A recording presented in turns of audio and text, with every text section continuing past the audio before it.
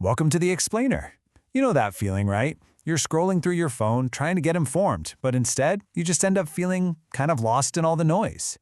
Well, today we're going to dig into why that happens. And believe me, it's not just you. So, to see this in action, let's look at this one single question that popped up on Reddit. A user, who's new to politics, asked for an explanation about a hypothetical election.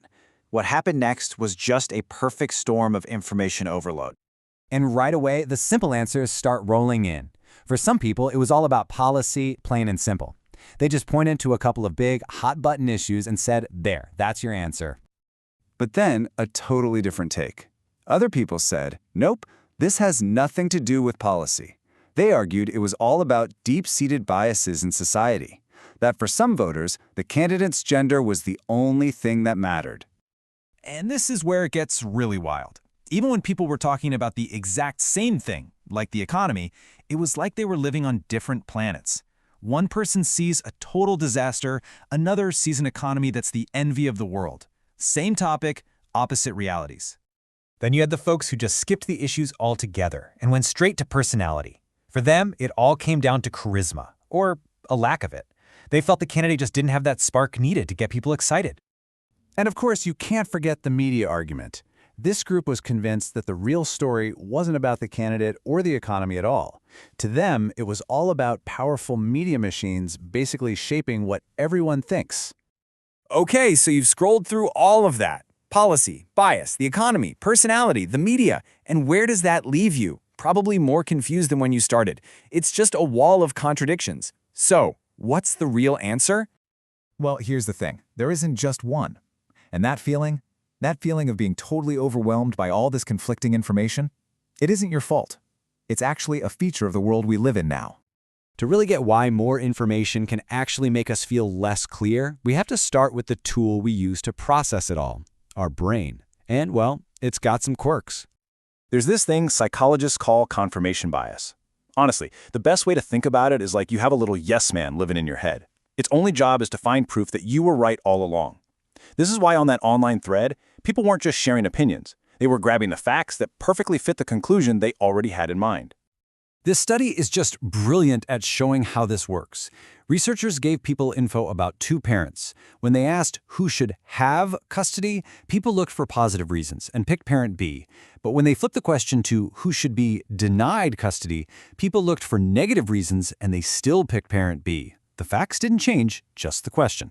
But our brains immediately went searching for different info to confirm what we were asked to find. So, our brains already have this little cheat sheet, this preference for things we already believe. But modern life has taken that tendency and cranked it up to 11 by throwing a zillion choices at us every single day.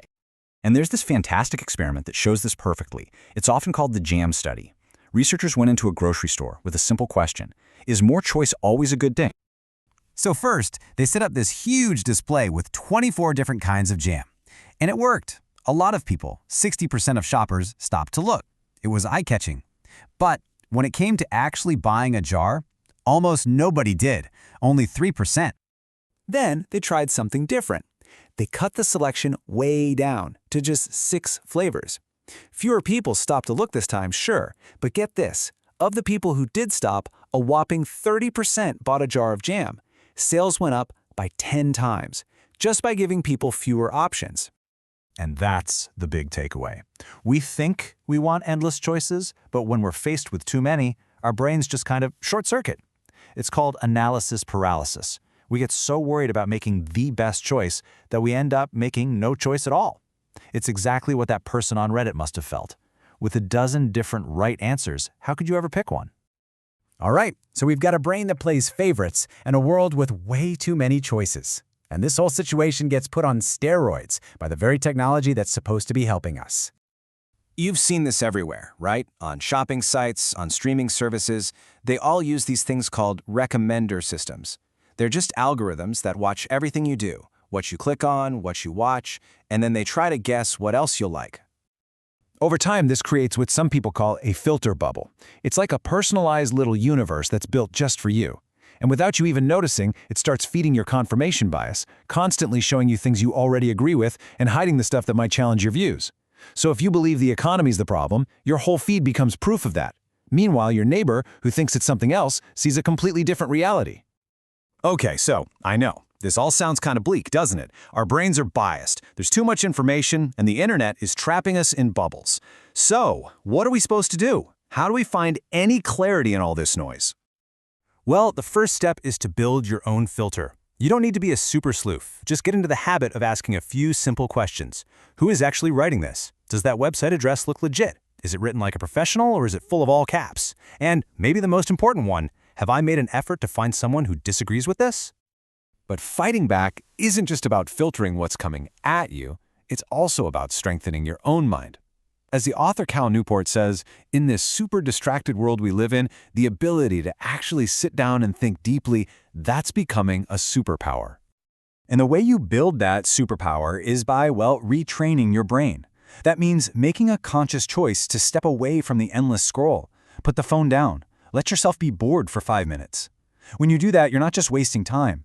You're actually rebuilding your ability to focus, to think for yourself, instead of just reacting to the next thing that pops up. And really, that's what it all comes down to. In a world drowning in data, the real challenge isn't finding more information. The real skill is learning how to be the gatekeeper of your own attention, to consciously decide what's actually worth your time, because in the end, that's the most valuable thing you have.